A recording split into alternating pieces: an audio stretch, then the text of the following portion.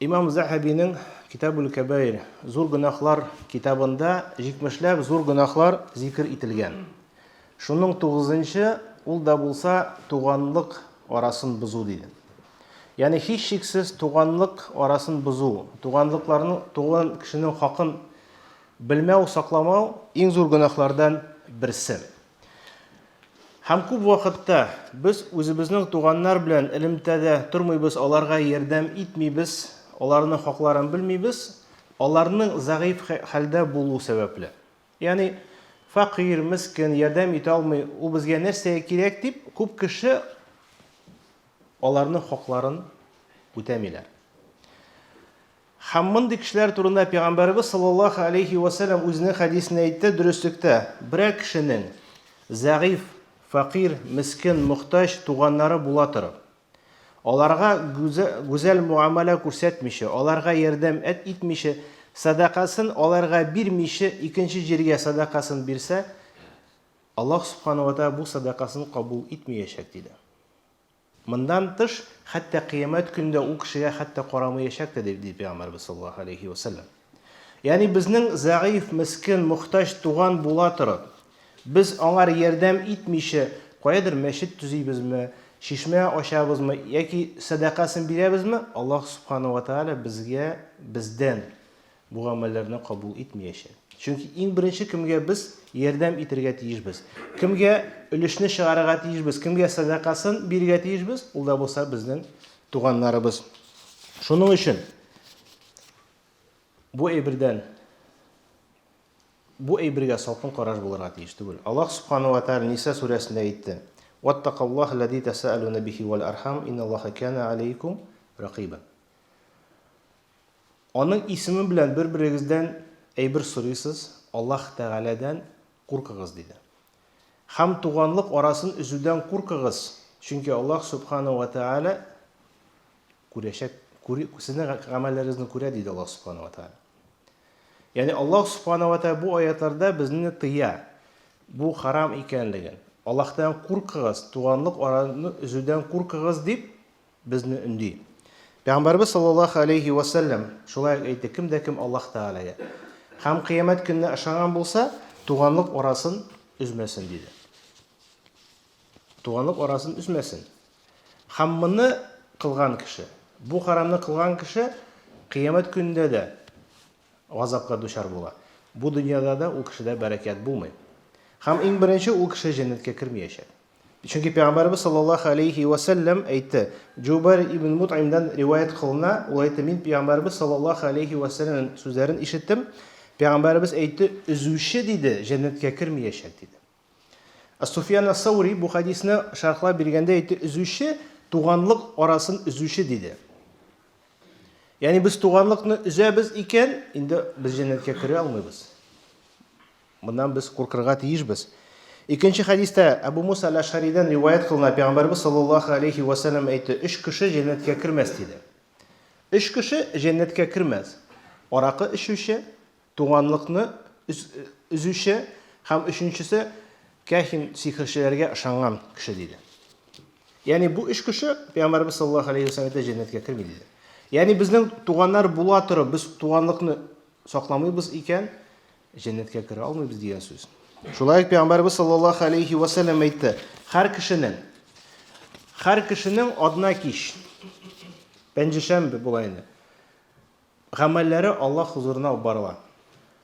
Һәм Аллаһ субханаһу ва тааля туганлыкны үзгән кешенең гамәлләрен кабул итми. Ягъни туганлыкны сакламыйбыз икән, безнең укыган намазларында, биргән садакаларыбызны Аллаһ субханаһу ва тааля кабул итми, хәтта без менә шул туганлыкны яңадан бәйләгәнчә хәтле. Моннан тыш Али ибн аль-Хусейн Пәйгамбәрбез саллаллаһу алейхи ва саллям уныгы, шуның улысы Али әйтте үзенең малаена әйтте. Эй улым диде, туганлыкны үзгән кеше белән дуслыкны итмә. Дус булма андый кешегә диде. Чөнки мин Коръән-и Кәримдә 3 җирдә таптым урын, алар Аллаһ Тәгаләнең ләгънәте астында икәнлеген диде. Yani безнең өчен туганлыкны үзү генә түгел, туганлыкны үзгән кеше белән хәтта дус булмау да, дус булу тыела. Чөнки ул Аллаһтан ләгънәте астында. Бу гына түгел. Бер юлы Абу Хурайра дәрес биргән вакытта әйтә: "Бу мәҗлестә туганлыкны үзгән кеше булса, мин сезне әрлиячәкмен, ачуланачакмын, ул кеше бездән чыгып киткәнчә хәтле" диде. Һәм бер яшь малай торып чыгып китә мәҗлестән, ягъни дәрес бирү җиреннән. Һәм барып үзенең апасыннан гафу үтенә. Һәм бу апа аптырап сорый: "Ни өчен? Ягъни ни сәбәп булды синең монда килеп, бу üzülгән ара өчен гафу үтенүне?" Һәм бу егет әйтте: "Абу Хурайра мине куып чыгарды дәрестән" диде. Һәм бу апа сорады: "Кайт та сора. Ни өчен ул алай дип таләп итте" дип. Һәм бу егет килеп ягына шул дәрестә Абу Хурайрадан сорый: "Ни өчен?" Һәм Абу Хурайра әйтте. Бу риваят Табранидә риваят кылына. "Мин ишеттем" дип Пәйгамбәрбез саллаллаһу алейхи ва сәлләмнең сүзе. Туганлык арасын үзгән кеше нинди генә мәҗлестә утырмасын, ул мәҗлестә бәрәкәт булмаячак диде. Аллаһтан рәхмәте төшмәячәк ул җиргә диде. Ягъни туганлыкны үзгән кешене үзенә дә бәхет булмый, дусларына да бәхет, хәтта ул утырган мәҗлескә дә Аллаһ Тәгалә үзенең рәхмәтен, бәрәкәтен бирми. Ягъни нинди афат, куркыныч әйберләр. Һәм бу кайбер кешеләр әйтергә мөмкиннәр: "Мин каршы түгел, мин әзер, алар бит үзләре үзүчеләр" дип. Ягъни туганнар үзләре миңа каршы үзеп нигә килмиләр дип, сөйләшмиләр дип. Вәләкин туганлык араны саклап калу, Пәйгамбәрбез саллаллаһу алейхи ва сәлләм әйтте, үзмәү хәтта алар үссәләр дә диде. Шул була ул саклап калу. Ягъни туганлар ягыннан авыр булса да, авыр сүзләр әйтелсә дә, ниндидер бер начар гамәл кылынган булсалар да, алар араны үзгән булсалар да, без шул араны саклап калу, шул була ул туганлыкны саклау диде Пәйгамбәрбез саллаллаһу алейхи ва сәлләм.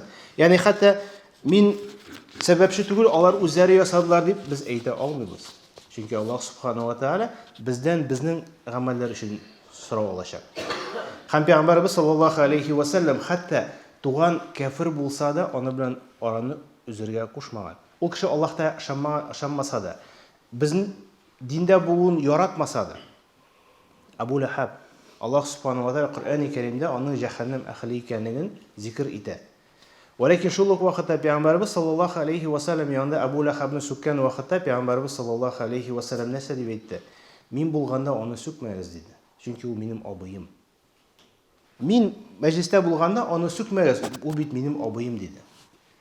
Һәм Икрима ибн Абу Джахил соң гына ислам динен кабул итә. Абу Джахилнең малае, вәләкин мусульман була, ислам динен кабул итә.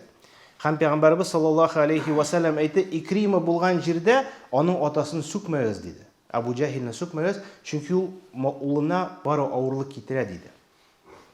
Ягъни хәтта безнең туганыбыз мусульман булмаса да, дингә каршы булса да, без барыбер туганлык җибен сакларга тиешбез аңа карата.